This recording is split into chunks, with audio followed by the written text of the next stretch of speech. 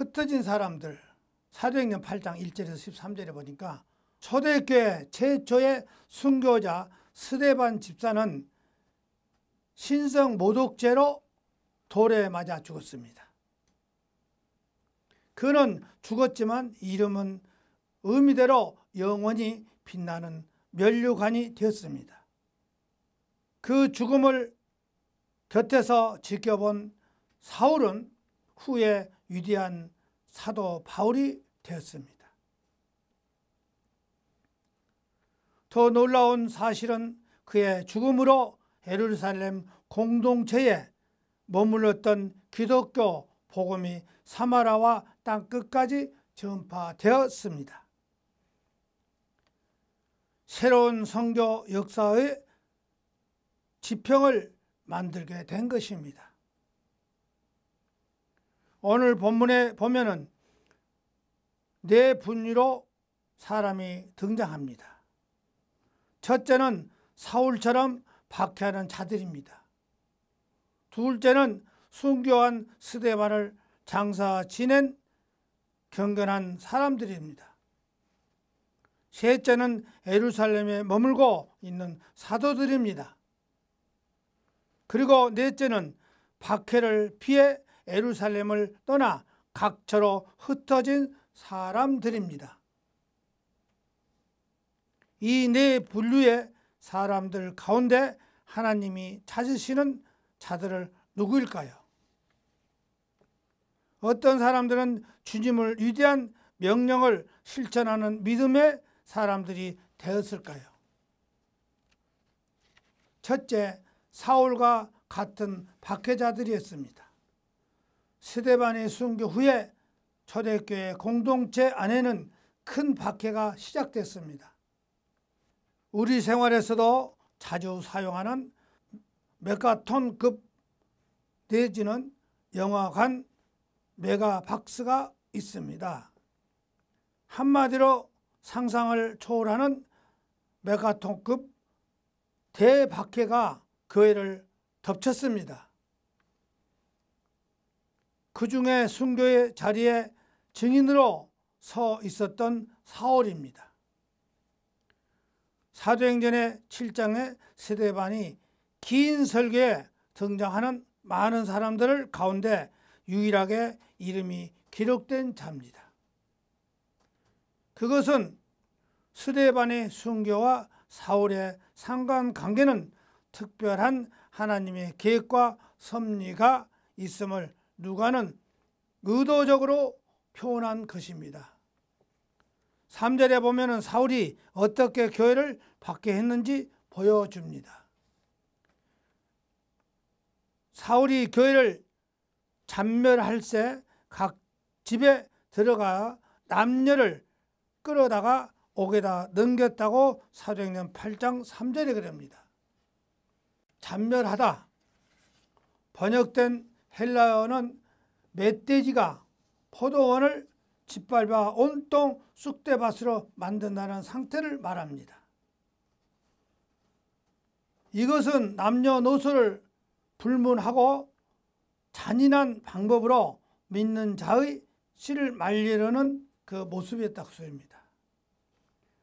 사울이 이렇게 잔인한 방법으로 교인들을 핍박한 이유는 무엇일까요? 바로 하나님을 위해서입니다. 이는 이단 사이비 교주가 아닙니다. 사울이 잘못된 것이 아니거든요. 사울이 잘못된 거 아닌데 왜 예수 믿는 사람 박해하러 다닐까? 사울이 잘못된 거 아니에요. 누구보다 구약의 율법을 준수하고 하나님을 잘 믿으려고 애쓰고 있는 자입니다. 그런데 결과적으로 하나님 나라를 파괴하고 적그리스도와 같은 역할을 감당하고 있습니다. 그 이유는 무엇일까요?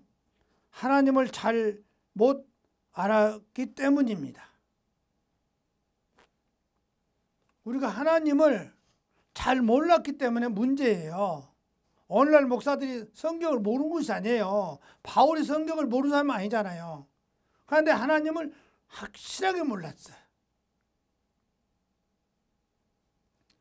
어설픈 소리 듣고 다니면서 교회 다녀봐야 소용이 없어요.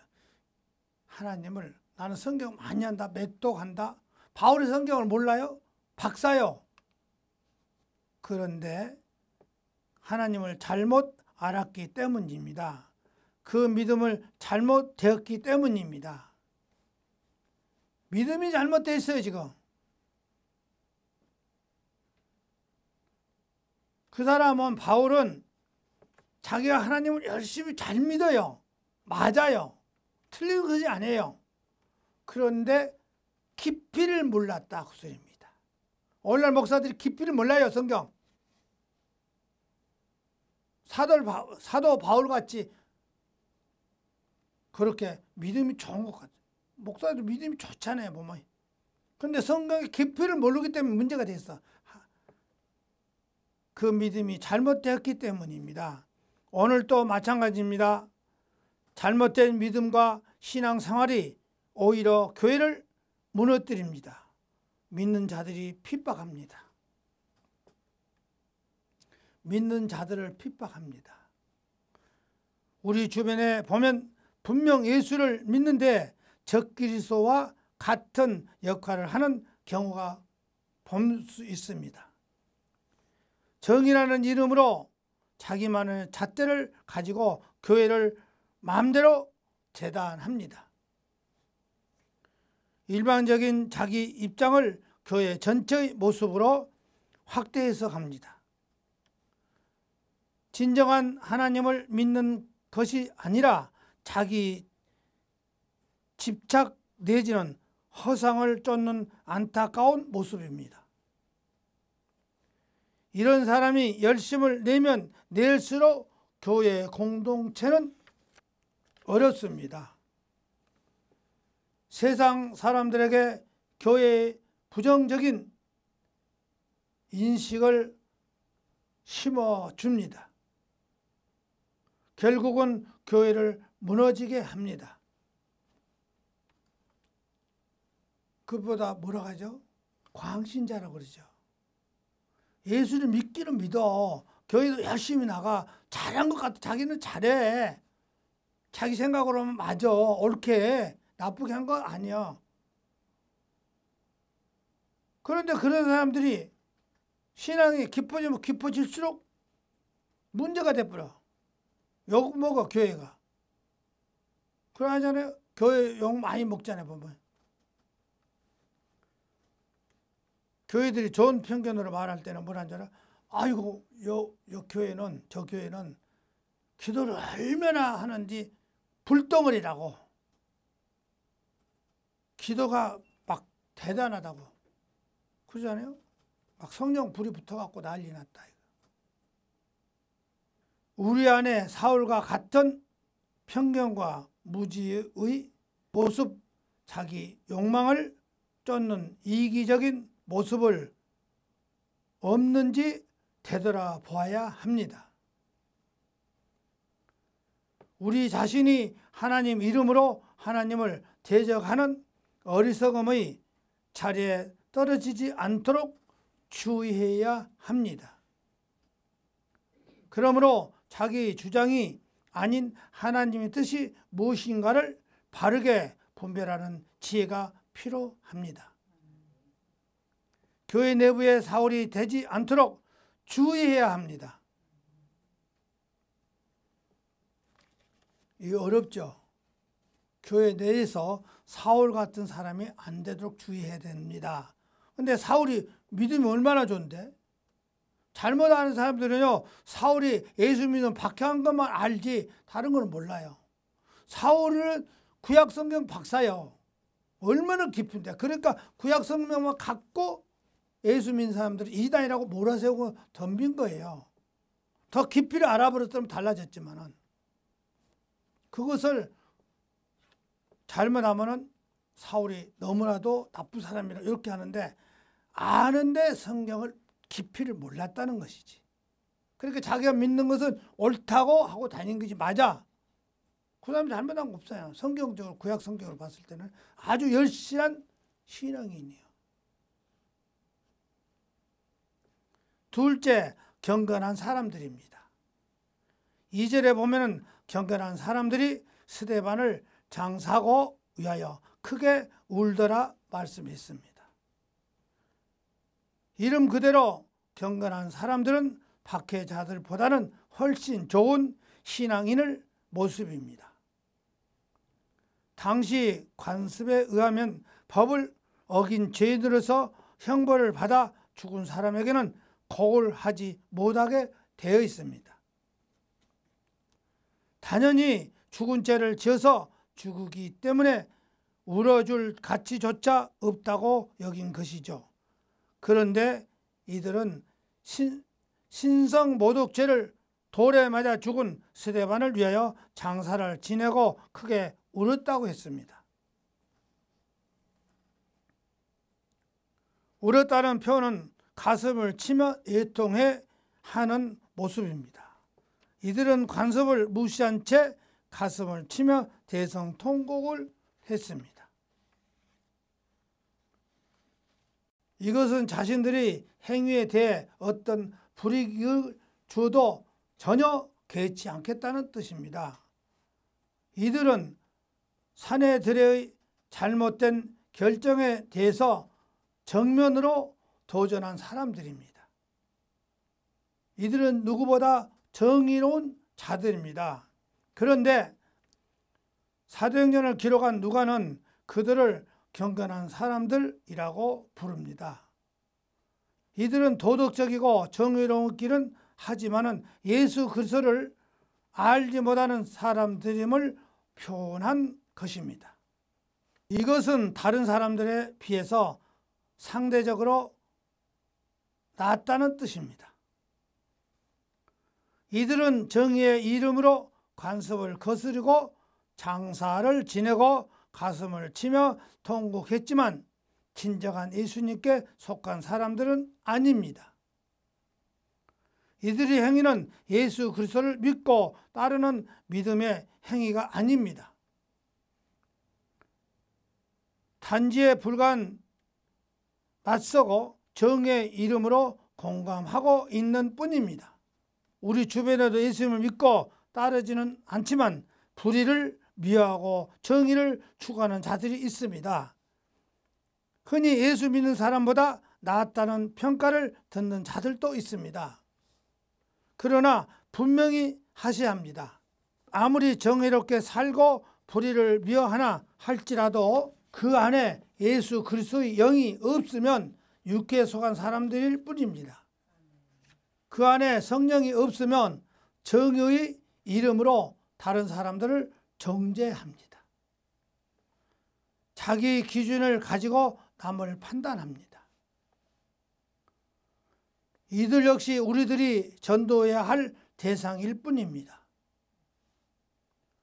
예수의 영이 그 안에 있어야 진정한 건전한 자의 삶을 살 수가 있습니다. 예수님이 없는 정의와 도덕은 또 하나의 삶의 모습일 뿐입니다. 셋째, 예루살렘에 머무른 사도들입니다.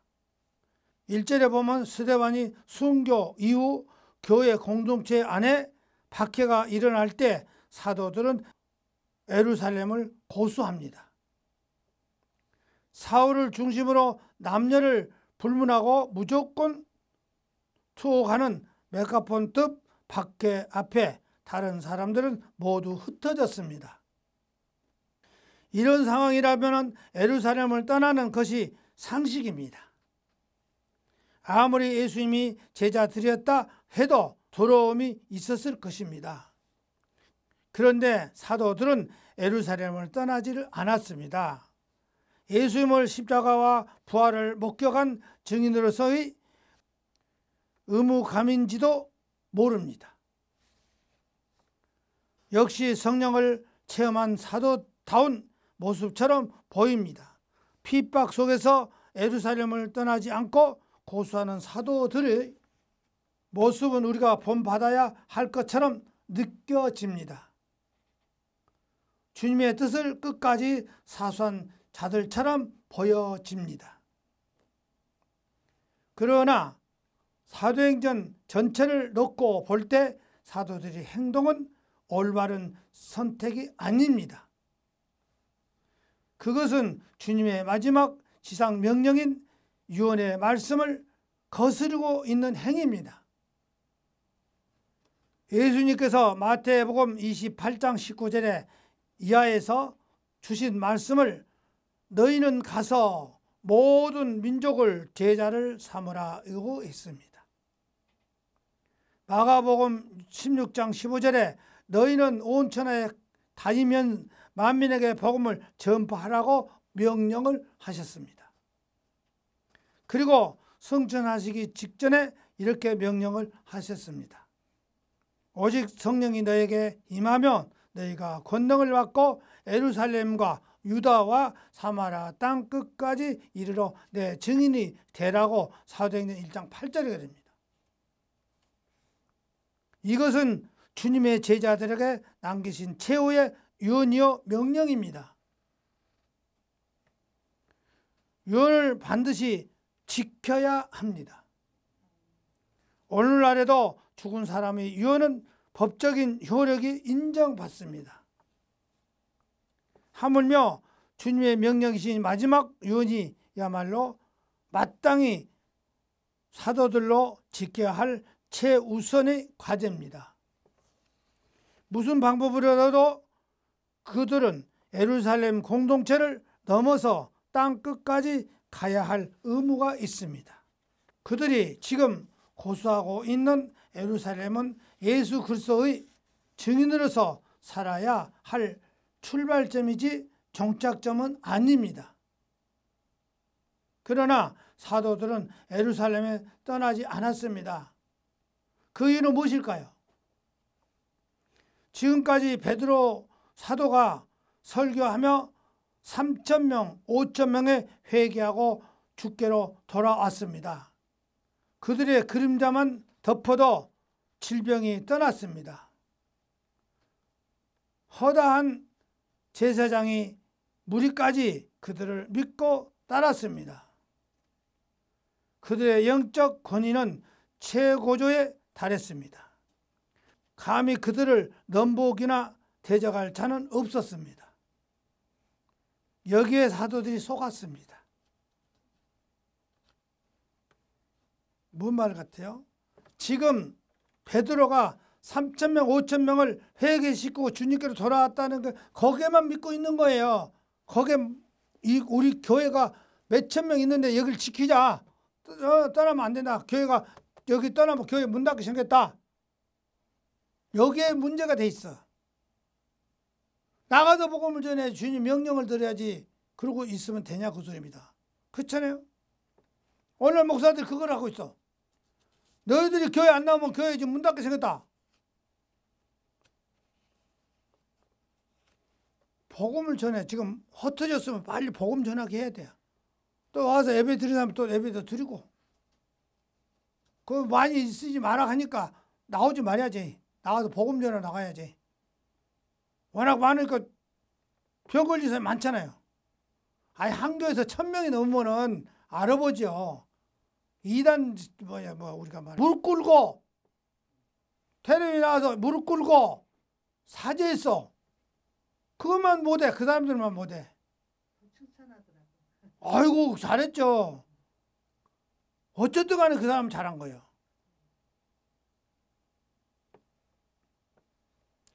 감히 그들을 넘어다 보기 대적한 자들은 없다. 워낙 숫자가 많으니까 감히 그 교회를 저한테 목사가 나서니까 누가 말 안 하잖아요. 그냥 난리야. 지금까지 베드로 사도가 설교하며 3,000명, 5,000명의 회개하고 주님께로 돌아왔습니다. 그들은 그림자만 덮어도 질병이 떠났습니다. 허다한 제사장이 무리까지 그들을 믿고 따랐습니다. 그들의 영적 권위는 최고조에 달했습니다. 감히 그들을 넘보거나 대적할 자들이 없습니다. 여기에 사도들이 속았습니다. 자기들이 아니면 초대교회 공동체가 무너질 거라는 영적 교만만 있습니다. 자기들만이 성공 신화에 갇힌 것입니다. 그 결과 주님의 마지막 유언의 말씀을 순간적으로 망각한 것입니다. 왜 스데반이 순교를 기점으로 예루살렘 교회 안에 대박해가 시작됐을까요? 예루살렘을 떠날 생각조차 하지 않고 있는 사도들이 땅끝까지 흩어져서 위에서 주님을 계획했다 그 소리입니다. 그러니까 이번에 우리가 정신을 차려 깨달아야 된다 그 소리예요. 여러분 이번 기회에 맨날 교회다 그 큰 교회 막 엎쳐져 가지고 난리 치지 말고 이번 기회에 하나님 뜻이 있겠다. 왜 교회가 주로 박해를 받고 있는가 깨달아야 돼요. 예루살렘 떠날 생각조차 하지 않고 있는 사도들을 땅끝까지 흩트기 위해 주님의 계획이 있습니다. 그런데 사도들은 주님의 기쁜 뜻을 헤아리지 못합니다. 그들은 예루살렘에 자신들이 신앙의 최후 보루처럼 여겼습니다. 예루살렘 교회를 지키는 것이 주님의 뜻이 이루는 길이라고 착각을 했습니다. 우리가 한번 생각해 봅시다. 예루살렘 한번 지켜봅시다. 그래서 우리는 예수 못 믿었어. 예루살렘에서 전도가 안 퍼졌는데 거기만 가야 믿는데 그거 아니고 지금 퍼졌기 때문에 우리가 여기서 예수를 믿잖아요. 결국은 주님의 뜻과는 무관하게 예루살렘에 머물고 있는 안타까운 모습입니다. 대박해 속에서도 예루살렘 교회를 고수하는 것이 겉으로 보기에는 대단한 신앙인 것처럼 보입니다. 그러나 실제로 주님의 뜻을 거스르는 비신앙적인 자기 집착에 불과했습니다. 오늘 우리 안에도 이런 모습이 있을 수가 있습니다. 내가 아니면 안 된다는 자기 교만에 빠질 수도 있습니다. 중요한 것은 외형적으로 보는 모습이 아닙니다. 그 내면의 중심이 과연 하나님이 기뻐하시는 뜻을 따르고 있는지 돌아보아야 합니다. 자기 보기에 좋은 길이 아닌 하나님 보시기에 좋은 길이어야 합니다. 그러지 않으면 신앙의 이름으로 자기 집착에 빠지거나 자기 욕망의 노예가 될 수 있습니다. 내가 원하는 길이 아닌 주님이 기뻐하시는 길을 찾고 그 뜻에 순종하는 신앙인은 주님이 기뻐하십니다. 마지막으로 흩어진 사람들입니다. 스데반이 순교 후 예루살렘 교회 안에 대박해가 일어날 때 사방으로 흩어진 사람들입니다. 일방적으로 메가톤급 박해 속에서 교회를 지키는 순교의 신앙은 위대한 것으로 보여집니다. 오히려 박해의 자리를 피하는 것이 신앙의 배교인 것처럼 보입니다. 물론 신앙과 교회를 지키기 위해 목숨을 바치는 것은 거룩하고 가장 순결한 신앙의 모습입니다. 그러나 그것이 항상 옳은 것은 아닙니다. 배신한 것처럼 보일 수도 있지만 그것이 하나님의 뜻을 이루는 길일 수도 있습니다. 중요한 것은 무엇을 위해 흐트러지느냐 문제입니다. 그렇죠. 흐트러진 이유가 무엇을 위해서 흐트러지는 이유를 알아야 돼요. 중요한 것은 무엇을 위해 흐트러졌느냐가 입니다.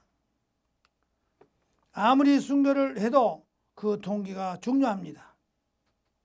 자기 영웅심이나 자기 과실을 위해서 목숨을 바친다면 주님과 아무런 상관이 없는 죽음에 불과합니다. 반대로 아무리 박해 속에서 도망치는 것 같이 보여도 무엇을 위해 흐트러졌느냐가 중요합니다. 12 사도를 제외한 나머지 교인들은 대부분 흐트러졌습니다. 물론 이들 중에 죽음이 들어와서 피한 자도 있습니다. 그렇지 않아요? 물론 무서워서 죽기는 뭐하니까 그냥 피할 수도 있기는. 물론 이들 중에 죽음이 들어와서 피한 자도 있을 것입니다. 그러나 누가는 분명하게 흐트러진 이유를 제시합니다. 그 흐트러진 사람들이 두루 다니며 복음을 말씀을 전할 때 사도행전 8장 4절에 흐트러진 이유가 딱 나오잖아요. 흐트러진 이유가. 그 사람들 가만히 있었어요? 돌아다니면서 막 두루 다니면서 복음을 전합니다. 그들이 흐트러진 이유는 박해를 피해 목숨을 부지하기 위한 수단이 아닙니다. 새로운 터전을 잡아서 안락한 삶을 위한 방편이 아닙니다. 자기네들이 편하게 새로 옮겨가지고 편하게 살기 위해서 하는 방편도 아니다 그 소리입니다. 그 흐트러진 사람들은 예루살렘을 넘어 사마리아와 땅끝까지 예수 그리스도의 복음이 증인이 되기 위한 목적이었습니다. 이들이야말로 예수님의 대위임 명령을 바르게 깨달은 하나님의 사람들입니다. 주님의 뜻을 그 상황에서 가장 바르게 이해하고 순종한 자들입니다. 바로 흐트러진 사람들을 통해서 예루살렘에 머물던 복음의 사마리아와 땅끝까지 확산되기 때문입니다. 그때의 스데반의 일로 일어난 환난으로 말미암아 흐트러진 자들이 베니게와 구브로와 안디옥까지 이르러 유대인들에게만 말씀을 전하는데 그 중에 구브로와 구네와 및 사람이 안디옥에 이르러 헬라인에게까지도 말하며 또 주 예수를 전파하니 주의 손이 그를 함께 하심에 수많은 사람들이 믿고 주님께 돌아오더라고 사도행전 11장 19절에서 21절에 그럽니다. 흩어진 사람들이 북쪽 레바논 지역의 베니게에 가서 복음을 전합니다. 지중해 키프루스 섬까지 복음을 전합니다. 현재 터키 지역의 안디옥까지 가서 복음을 전하고 교회를 세웁니다. 이들에 의해 세워진 안디옥 교회는 기독교 2000년 선교 사역에서 가장 중요한 교회입니다. 그 이유는 그곳에서부터 예수님을 믿는 사람들이 세상 사람들이 그리스도인이라는 호칭을 불러줬기 때문입니다. 예수 믿는 사람은 거기 가서 그 사람들이 예수 믿는 사람들을 그리스도인이라고 불렀어요. 그리스도인이다. 처음으로 그리스도인이라고, 우리보다 그리스도인이다. 다른 데서 그리스도인이라는 소리 안 했어요. 그런데 어느 교회 갔어요? 응? 안디옥 교회 갔어요. 거기다 안디옥 교회를 세웠어요. 흐트러져 가지고 뿔뿔해져 가지고. 그 이유는 이곳에서 붙어서 예수를 믿는 사람들을 세상 사람들이 그리스도인이라는 호칭으로 불러주었기 때문입니다. 이것은 세상 사람들이 예수 믿는 사람들을 그리스도인이라고 인정했다는 뜻입니다. 그리스도를 닮은 사람들을 그리스도에게 속한 사람들이라고 인정을 한 의미입니다. 그리고 오늘 본문의 핍박자였던 사울이 회심하고 대사도가 되어 안디옥 교회에서 안수를 받았습니다. 최초로 바나바와 함께 이방 선교사로 파송을 됩니다. 만약 안디옥 교회가 없었다면 세계 선교 사역을 바꾼 사도 바울을 상상할 수도 없습니다. 이처럼 하나님의 선교를 위한 교두보인 안디옥 교회를 세운 자들은 예루살렘에 있는 사도들이 아닙니다. 사도들이 세운 거 아니잖아요. 흐트러진 일반들이 가서 교인들이 세웠다고 소리입니다. 대박해를 피해 흐트러진 문명의 사람들이 의해서 시작된 것입니다. 이것은 하나님의 선교를 감당함에 있어서 던져주는 시사점에 매우 큽니다. 이 흐트러진 사람을 중에 7 집사 중에 하나인 빌립이 등장합니다. 우리가 보면 빌립 집사 그러죠.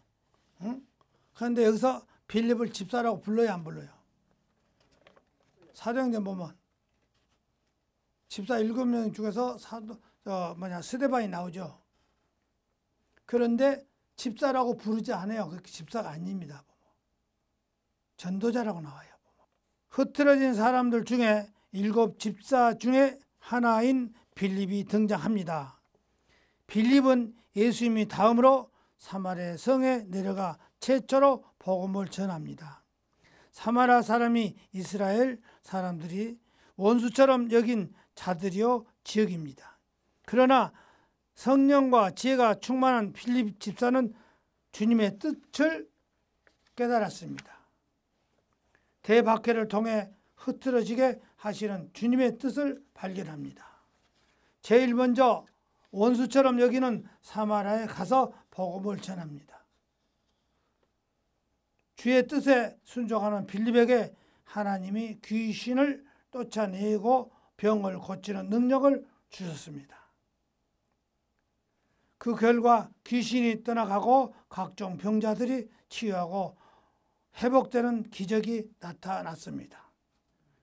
마술을 부리던 그 지역에 유명해진 마술사 시몬까지도 빌립의 권위 앞에 엎드렸습니다. 그도 침례를 받고 진심으로 빌립을 따라다닙니다. 그 결과 어둠의 땅 사마리아에 큰 기쁨이 넘칩니다. 이것이 바로 복음의 능력입니다. 그 놀라운 역사의 출발점은 바로 문명의 흩어진 사람들에게 의해 이루어진 하나님 나라의 역사입니다. 여기서 흐트러진 사람들의 뜻을 그러니까 헬라어로 말하는 소리입니다. 디아스포라고 나옵니다. 원래 디아페로는 농부가 사방으로 씨앗을 뿌리는 행동을 의미한다고 소리입니다. 그 씨앗이 어디에 뿌려지는지 농부의 손에 달려 있습니다. 마찬가지로 본문 1절에 다 흐트러진이라는 표현은 능동적으로 사람들의 흐트러진처럼 보입니다. 그러나 원문의 수동태로 흐트러지는 것을 단연한 의미입니다. 이것은 그들의 자발적으로 흐트러진 것이 아니라 하나님께서 박해라는 도구를 통해 의도적으로 흐트러졌다는 뜻입니다. 여기서 중요한 것은 흐트러진 사람들이 자신들이 흐트러지게 하시는 하나님의 섭리에 순종했다는 것입니다. 반면에 예수님이 사도들의 흐트러지게 하시는 주님의 뜻을 따르지 않았습니다. 사도들은 안 따랐어요. 지금 흐트러지게 한 것도 박해를 한 것도 하나님 뜻으로 흐트러지게 하려고 했다고 합니다. 이번에 코로나로 대형교회를 흔들어 버린 것이요. 이것도 하나님의 계획이 있었다. 너무 지금 교회가 대형교회를 해가지고 잘못 돌아간 게 너무 많아져 버렸거든. 아주 우리나라 대형교회가 웃기는 짓을 다 해요. 무슨 교회도 뭐 절에도 구원이 있다, 무당도 구원이 있다 하면서 합회작하고 난리 법석을 치네. 텔레비 나와서 큰 교회는 막 그냥 난리야. 여기서 교회가 뭐 무슨 트로트 목사가 뛰고 나이죠. 난리야. 그 사람이 또 막 노래 부르는 유행가 부르면서 뛰고. 텔레비만 안 나왔지 다른 방송에 다 나와 지금. 그러니 이것을 깨달아야 돼요. 이번에 하나님 뜻이 있어서 아마 이 큰 교회를 모이지 못하게 자꾸 하는 것 같아. 이것은 그들의 자발적으로 흐트러진 것이 아니라 하나님께서 박해라는 도구를 통해 의도적으로 흐트렸다는 뜻입니다. 여기서 중요한 것은 흐트러진 사람들이 자신들이 흐트러지게 하는 하나님의 섭리에 순종했다는 것입니다. 반면에 예수님의 사도들은 흐트러지게 하시는 주님의 뜻을 따르지 않았습니다. 다시 말해 복음의 씨앗을 뿌려야 할 곳을 자기들 스스로 결정하는 오른을 범합니다. 그 결과 사도행전의 사도들의 행적을 기록한 책임에도 불구하고 사도들이 이름을 15장 이후에는 등장하지를 않습니다. 사도행전의 초점이 사도가 아닌 디아스포라는 중심에 섰던 사도 바울에게도 옮겨집니다. 결국 주님의 뜻에 따라 흐트러짐을 당한 디아스포라는 삶에 바로 사도행전의 역사임을 보여줍니다. 그러므로 참된 그리스도인이 삶을 흩어지는 사람을 즉 디아스포라고 합니다. 2000년 전에 이 땅에 성육신 하신 예수님의 말을 디아스포라고 증인입니다. 예수님은 하늘의 보좌를 다 버리시고 세상에 임하셨습니다. 자신이 이 땅에 흩어 뿌리시는 하나님의 뜻에 죽기까지 순종했습니다. 예수님이 가장 높은 곳에서 가장 낮은 곳으로 임하시는 디아스포라고 하십니다. 그 결과 죄 가운데 신화하는 온 인류를 구원하신 생명의 주가 되셨습니다. 그렇다면 예수 그리스도를 주로 고백하고 그 발자취를 따르는 예수님의 증인이 되기를 원하는 우리의 삶의 본질이 무엇입니까? 바로 현실에 안주하는 자가 아니라 계속해서 흐트러지는 디아스포라고 되는 것입니다. 디아스포라는 삶을 사는 것이 바로 예수님의 제자여 사도행전의 비전을 이루는 비결입니다. 그러나 오늘 저의 여러분의 모습이 어떻습니까? 이미 주어진 현실에 안주하려고 합니다. 그렇잖아요. 현재는 편하게 있으려고 한다 그 소리요. 현실이 편하려고 한다. 자기 멋대로 자기 멋대로 한다 그 소리요.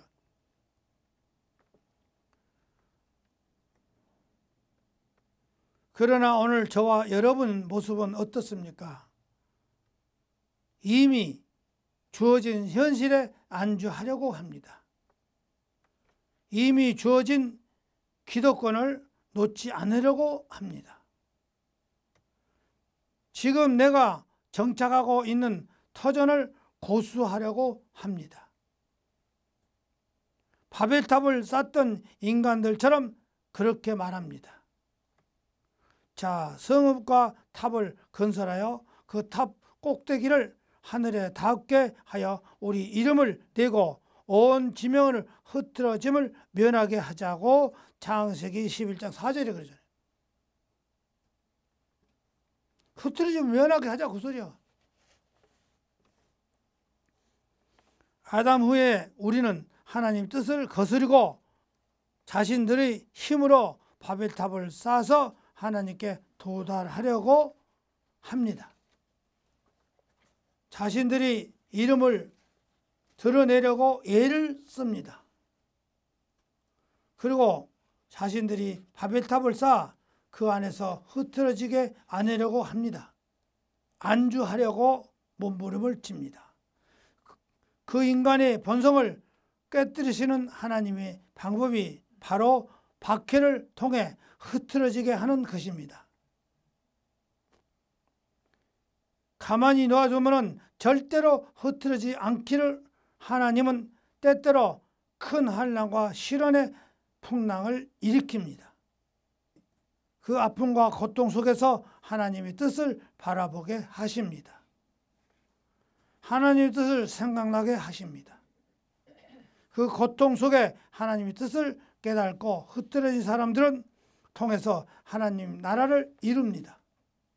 사도행전의 비전이 지금도 성취되어 가고 있습니다. 우리가 깨달아야 되는데 이 고통을 주는지 하나님이 정한 걸 깨달아야 돼. 안 깨달고 편하게 있으려고 그래요. 자기 멋대로 편하게 있으려고. 듣질 않아요. 가만 놔두면 절대로 흩어지지 않으려고 하고, 그래서 하나님이 큰 환난과 시련과 풍랑을 일으켜 볼 수가 있어요. 정신 차리라고. 그 아픔과 고통 속에서 하나님의 뜻을 바라보아야 한다고 소리예요. 못 깨달아. 지금 여러분이 삶 가운데 아픔과 고통이 있습니까? 지금 여러분 디아포스라는 사명을 흩어지게 하시는 주님의 뜻을 기억하시기 바랍니다. 그 고난과 시련을 까닭 없이 하나님이 징계가 아닙니다. 그 아픔으로 보석으로 만들어 가시는 과정입니다.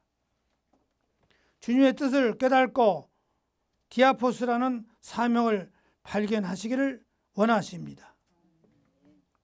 주님의 명을 따라 순종할 때 놀라운 역사가 일어납니다. 하나님의 기적이 일어납니다. 그러나 현실에 안주하면 안 됩니다. 우리끼리 친밀하고 좋으니까 이대로 좋다는 생각은 주전자 속에 개구리 같은 어리석은 모습입니다. 지금 바로 흩어져야 할 것입니다. 지금 바로 정신을 바짝 차리고 주님의 뜻을 따라 하나님 나라의 복음을 들고 세상 속으로 흩어져야 할 때입니다. 그래서 우리가 부흥성회를 하고 예수 잔치를 하는 것입니다. 자꾸 현실에 안주하고 머무르자 하는 우리의 안일함을 깨뜨리기 위함입니다. 땅끝까지 가라 명령하신 주님의 뜻을 받잡고 계속해서 사도행전 비전을 써내려가기 위한 것입니다. 사해바다는 물을 받아들이기만 하고 내려보내지 않기에 죽은 바다가 된 것입니다. 그러나 갈릴리 호수는 계속해서 물을 흘러보냅니다. 물고기가 풍부한 생명의 바다입니다. 구르는 돌에는 이끼가 끼지를 않습니다. 흐르는 물은 썩지를 않습니다. 그러나 현실에 안주하면 이끼가 끼고 썩습니다. 우리는 하나님 나라를 이루기에 계속해서 흐트러지는 사람들이 되어야 합니다.